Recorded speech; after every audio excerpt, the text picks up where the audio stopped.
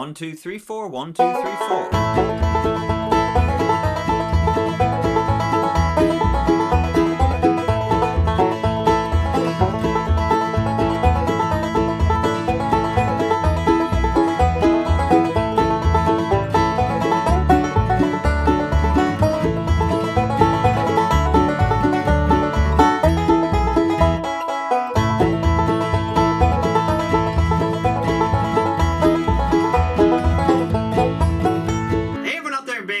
Mike Heading here. I'm back with classic bluegrass this week. We're going to work up a beginner arrangement to the classic song Columbus Stockade Blues. We're in the key of A today. I've got my capo on the 2nd fret. We're playing in the key of G though. This is a great song that's been done by a lot of artists over the years, and it's one of those songs where Scruggs style or J.D. Crowe style fits this song perfectly. I didn't throw in any melodic licks or fancy licks in this song. We're just going to play a straight ahead Scruggs arrangement. I think this is one of those songs where Scruggs style just fits perfectly. You can't get any better than that. I'm going to break down the verse solo and the chorus solo note for note, so show you every move I'm doing with my right and left hand, and then break down a bunch of backups I would do for this song. So how to play down the neck rolling backup, how to do some basic vamping backup, how to do some kind of up the neck rolling backup. I'm going to break all that down. This song is faster, so we're also going to think in our backup of, okay, how do we simplify our backup to when we're playing faster, and how do you find those little spots to throw in a lick? And again, how do you simplify it to keep the speed up? And if you're watching the preview of this lesson, you can head over to my website, MikeHeadingMusic.com, and grab the full-length lesson. You'll get access to watch all the videos, and you can download the tabs and the practice tracks. All right, here's Columbus Stockade Blues in the key of A. All right, let's start breaking down this Columbus Stockade Blues. Remember, we're in the key of A. We've got our capo on the 2nd fret. We've got our 5th string spiked up to at the 7th fret up to A. So we're thinking in the key of G, but we're going to sound like the key of A. And you could practice this without your capo if you wanted, but you just wouldn't be able to play along with the practice tracks. But once you get it down, you can feel free to put your capo, wherever you want and figure out where it fits your voice or the jam session you're playing at. Okay, let's start breaking down the first 5 measures. Here we go. Let me play it first, and then we'll start breaking it down. Let's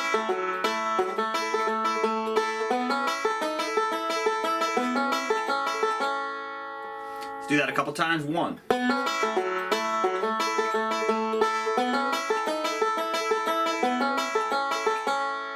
One more time, real slow. 1.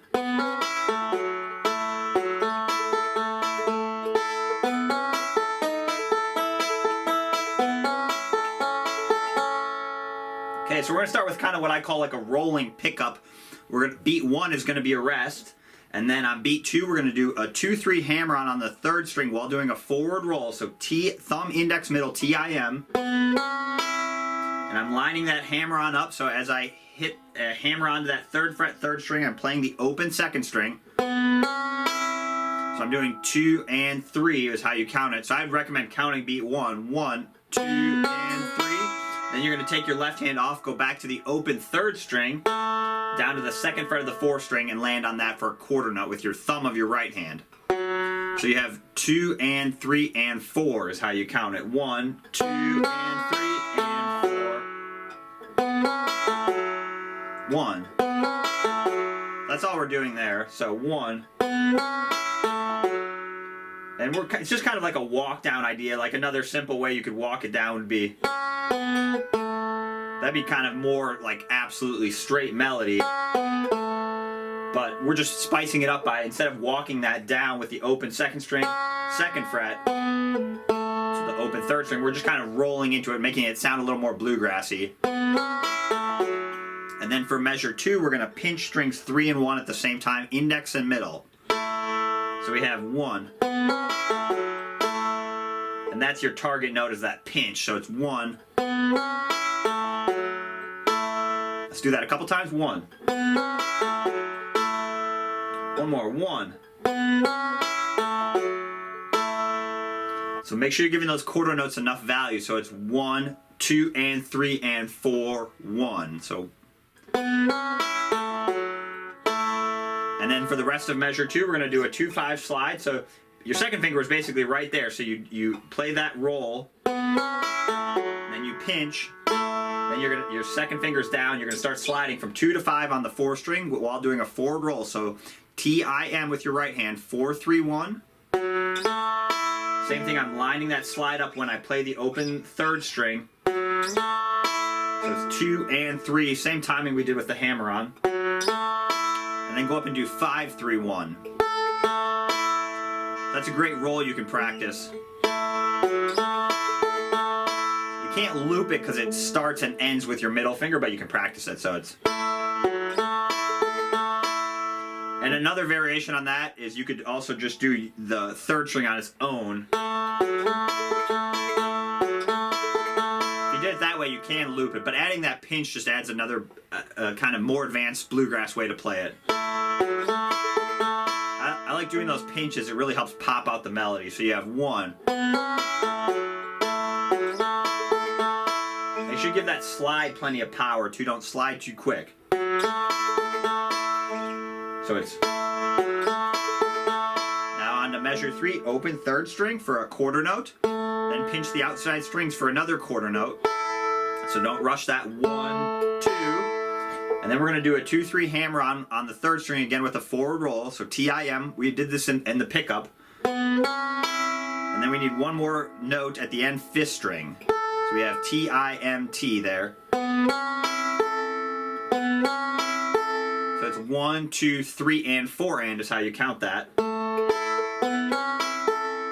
And then right here, measure 4, we're going to do a 2, 3 hammer on the second string. On the second string, 2, 3 hammer on, starting with your index finger of your right hand, really important.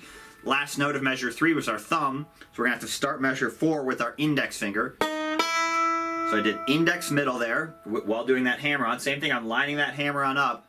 And then keep your second finger down and do 5, 2, 1, 5, 2, 1. Those are my strings, T-I-M. So you have...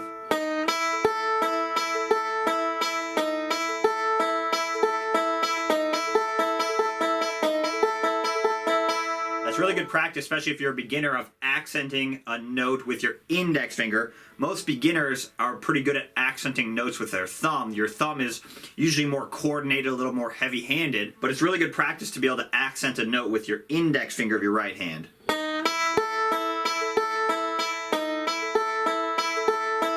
You want to make sure you're not hitting that 5th string too hard and you're getting plenty of your index and middle finger with your right hand. Let's do 3 and 4 together. So we have...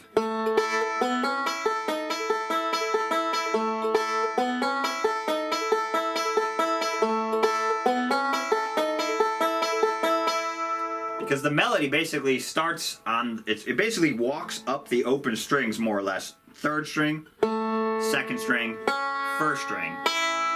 So we started with that little lick.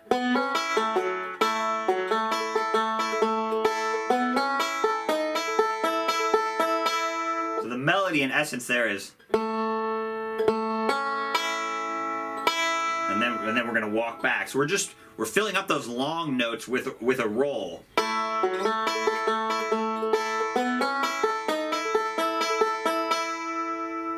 One more time, a little faster. 1.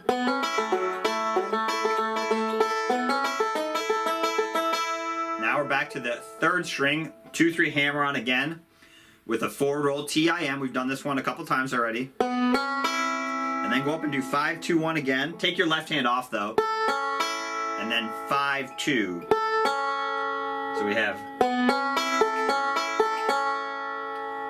And you want to take your left hand off there. If you leave that 3rd fret down, it sounds a little sour after a while. You kind of get that weird overtone, so you want to hammer it down. And then take your left hand off. So again, we're starting on the open 3rd string, which is a root note for the melody. Now doing basically the open 2nd string. Only difference is we're doing it with the 2, 3 hammer on.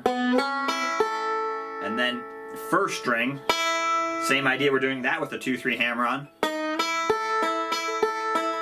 And then melody goes back to the open 2nd string, and we're doing a 2, 3 hammer on. So basically the concept is we're finding that melody note on a lower string and then either sliding into it or hammering on into it. That'd even be good practice. You could just basically start low and go up and then back down.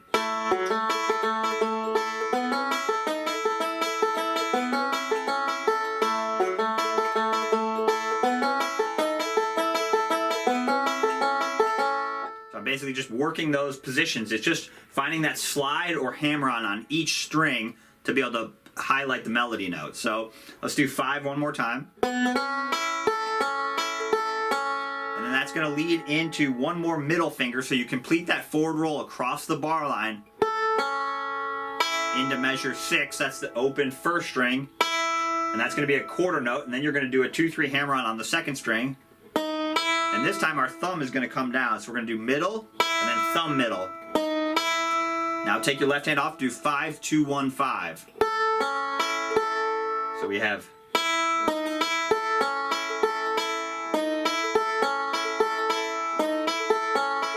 melody there again is just the open first string and then the open second string. So we're finding that same note.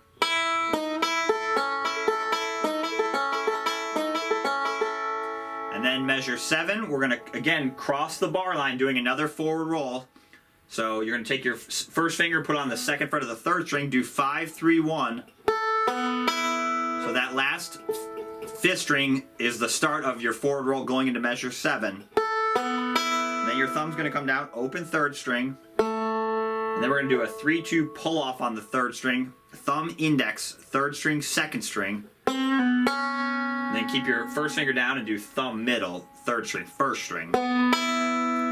Let's do measure 7 on its own, and then we'll put it all together. So you start it with your index finger, your right hand, really important. And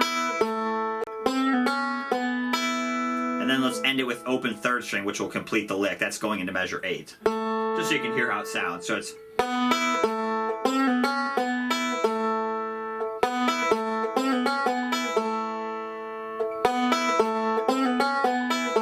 you're having trouble with that pull off, just take it out for a second, just play the 3rd fret. And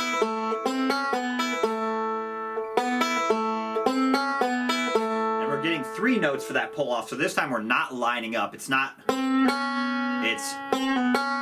So we're getting, you would count it 3 E and then 4 and. So 1 and 2, 3 E and 4 and is how you count measure 7. Really important is keep your first finger down right when you do that pull off, because you're right there.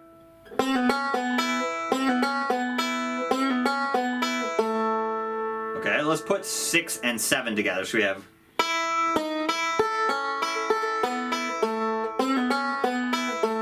measure 8. Let's do just the right hand on its own. Pretend they're all zeros for a second.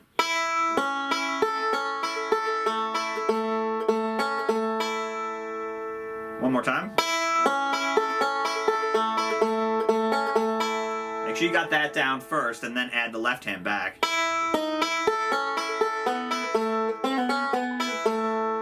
Because what you're doing with your left hand isn't too tricky. My guess is if you're having trouble with this phrase, it's because your right hand needs a little more practice. So let's do it one more time. And that's into measure 8, open third string. Then we're going to do our classic Scruggs fill lick. So we did open third string for a quarter note. Go up and do 5 3 1 TIM with the slide. So open 5th string, 2 3 slide. Open first string, back to the open third string, 2nd fret, 4th string, open first string. Probably the most classic lick in bluegrass banjo. You can never get too much practice with this lick.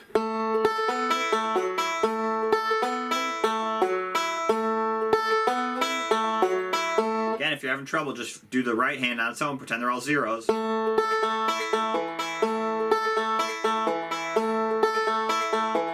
add the left hand back. Usually in Scruggs style banjo, the right hand is the culprit if you're having trouble. What you're doing with your left hand in hindsight is actually not that difficult.